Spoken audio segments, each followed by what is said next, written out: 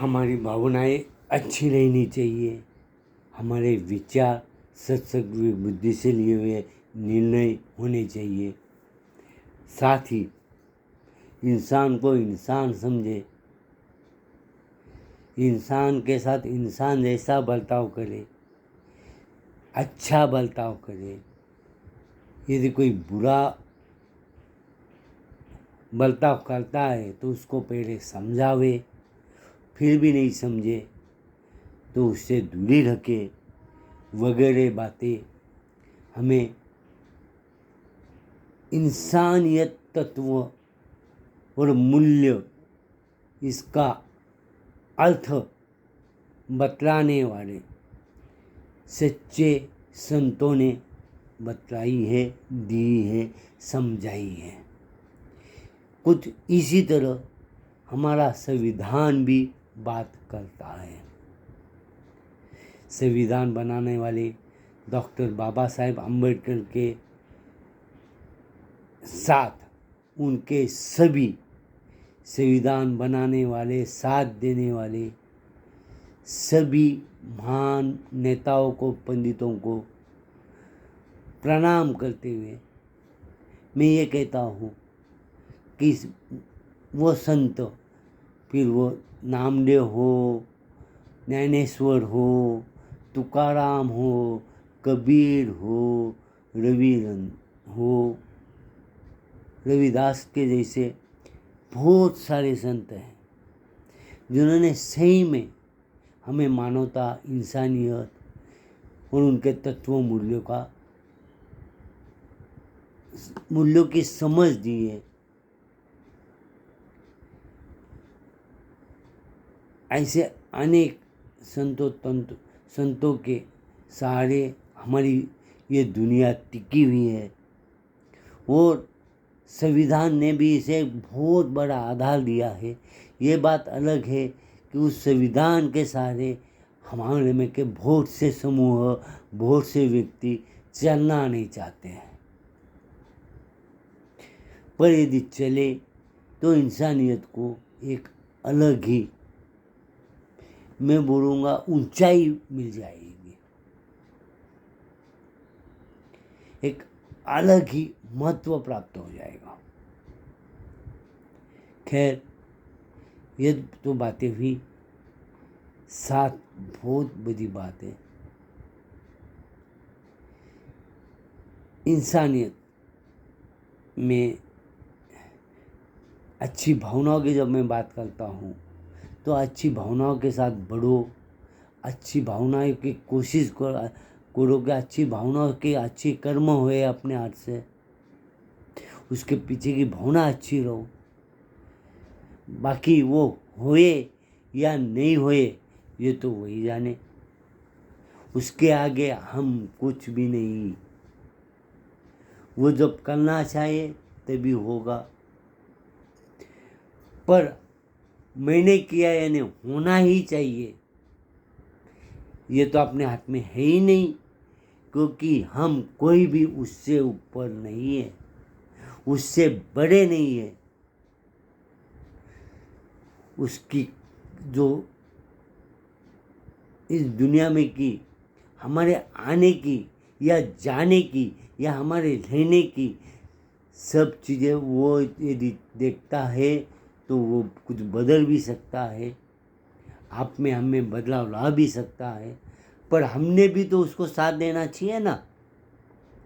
मुझे याद आ रहा है, बहुत साल पहले मैंने एक मनोकामना व्यक्त की थी कि सभी भगवंत, फिर वो यीशु हो, यीशु क्रिस्त के साथ अल्लाह हो, खुदा हो, तीर्थंकर हो, कोई भी समाज के सभी भगवंत एक ही जगह, एक ही मंदिर, एक ही क्षेत्र में रहे और सब लोग आदर से देखें।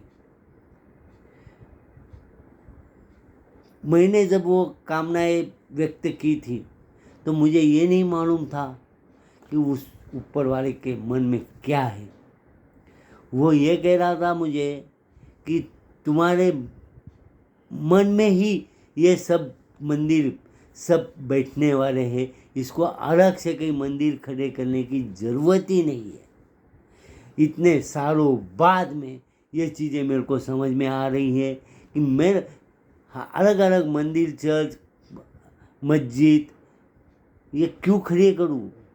अरे मेरे मंदिर में सब बैठे हैं, यहाँ मेरा मंदिर, ये दिल का मंदिर, जिससे वो सब मुझे दिखते हैं, समझते हैं और मुझे आगे बढ़ा रहे हैं।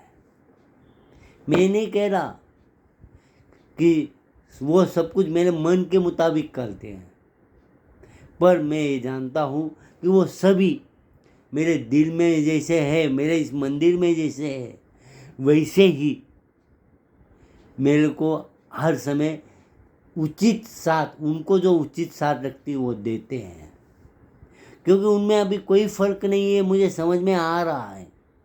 वो सब उस जीवनदाता के रूप, स्वरूप, प्रतिरूप है, ये मुझे समझ में आ रहा है, प्रतिनिधि है, ये मुझे समझ में आ रहा है। सबके सामने, उन सबके सामने हम इंसान एक ही है, ये भी मुझे समझ में आ रहा है। वो सभी हमको जन्म देते हैं, हम में कोई दूजा भाव नहीं करते, दूजा भाव करने वाले हम इंसान हैं, ये भी मुझे समझ में आ रहा है। भेद करने वाले हम इंसान हैं, ये भी मुझे समझ में आ रहा है। उसके लिए तो पुरुष हो या स्त्री वर्ग हो, सब एक समान है। वो वर्ग भेद भी नहीं करता, वर्ण भेद भी नहीं करता।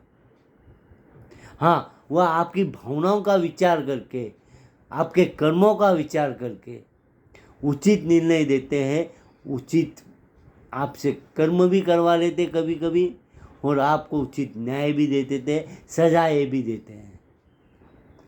उनके हाथ की सजाओं से हम कोई भी बच नहीं सकते, ये भी मुझे समझ में आ रहा है। चाहे फिर वो पिछले जन्म का कर्म हो या इस जन्म का, पिछले जन्म की भावनाएं हो या इस जन्म की। बहुत सी बार हमें क्यों सजाएं मिल रही ये भी हमें समझ में नहीं आता, क्योंकि वो भगवान की सजा है या हमारे इस जमी के सजा से अलग है। इस भूमि, इस जमी पे हम मानव हमारे मुताबिक शासन करते हैं, हमारे मुताबिक निर्णय देते हैं, पर वो जीवनदाता, वो आपकी भावनाएं, आपके मन में के विचार, आपके कर्म, आप किसको साथ दे रहे, किसको नहीं दे रहे, ये सब विचार करता है। मेरे को पिछले जन्म के कर्म की सजाएं अभी भी भोग रहा हूँ मैं, पिछले जन्म का श्राप महाश्रापित हूँ मैं, ये मैं जानता हूँ, पर उस महाश्राप से मैं कब बच सकता हूँ, कैसे निकल सकता हूँ, ये मुझे अब तक नहीं मालूम पड़ा है। उस जीवनदाता ने मुझे ये तो बता दिया कि मैं महाश्रापित हूँ, पर उससे बाहर कैसे निकलूँ ये अब तक नहीं बतलाया। हाँ, मैं ज़रूर बोलूँगा कि उस जीवनदाता ने मुझे बच्चों से प्यार है ये समझकर मेरे आजू बाजू में अच्छे अच्छे बच्चे लाए हैं, जो मेरे मन को एक अलग ही खुशी दे जाते हैं। उनकी वजह से मैं जो ज़िंदगी जी हूँ वो अलग है, इसीलिए मुझे लगता है कि वही भविष्य है, वो बच्चे ही सही भविष्य है। बच्चों को यदि हम खुशी दें तो हमें खुशी मिलेगी, बच्चों की खुशियाँ छीनने से नहीं। बच्चों को, उनके भविष्य को सही तरीके से समझो, यही मेरा कहना है। मैं नहीं कहता कि हर समय मैं ही सच हूँ या बच्चे ही सच है या आप सच हो या आप गलत है, ये नहीं कहता, क्योंकि सही तो वही जानता है। पर मेरी मन की भावना ये कहती है कि बच्चे यानी सही भविष्य है। बच्चे मेरी मिल्कियत नहीं, मेरी प्रॉपर्टी नहीं, मेरा भविष्य है। फिर वो दिल के बच्चे भी हो, खून के भी बच्चे हो, तो कोई फर्क नहीं पड़ता। अरे दिल से अब उनको बच्चे मानते हो या लोगों को दिखाने के लिए बच्चे मानते हो? यदि आपके बच्चे हैं तो उनके मन की भावनाएं, उनके मन के विचार भी समझो ना यार। सब कुछ अपने हिसाब से मत करो। Be flexible, don't be rigid. Flexible जब आप रहोगे, अपने में बहुत सी चीज़ें आप बच्चों के हिसाब से ढालने की कोशिश करोगे तो बहुत अच्छे बदलाव आएंगे। यही मेरा कहना है। मैं जिस तरीके से जा रहा हूँ वो आप नहीं जाए, ये भी मैं जानता हूँ। मैं जब समान नागरिक संहिता की बात करता हूँ, मानवता आधारित समान नागरिक संहिता की बात करता हूँ, तो वो भी उसी के लिए है। आप लोग समझो ना यार, समझो कि हमको बदलाव लाना है हमारे बच्चों के लिए। फिर वो दिल के बच्चे हो, वो खून के बच्चे हो, वो मन के बच्चे हो, या बच्चे जैसे बच्चे हो। अरे बच्चे, उनकी हंसिया, खेल, अरे आपको खुशी देती है। वो जब खुश है तो आप खुश रहोगे।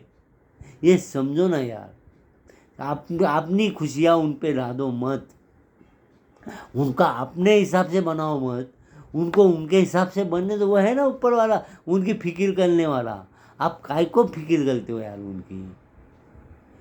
मेरे को एक समझ में नहीं आता कि हम 10-10 पीढ़ियों के पैसों की तरफ देखते हैं, संपत्ति की तरफ देखते हैं। अरे वो जीवनदाता 1 मिनट में वो संपत्ति खत्म कर सकता है या बढ़ा भी सकता है। मैं एक ही कह रहा हूँ, आपके बच्चों को वो अपाहिज नहीं बनाता है, कम से कम मन से अपाहिज नहीं बनाता, आप उसको अपाहिज बनाते हो। ये समझो यार, समझो मेरे सभी भाई बहनों, आपसे भी कहना है, आप समझो मेरे यार दोस्तों, आप समझो, इस बातों को समझो।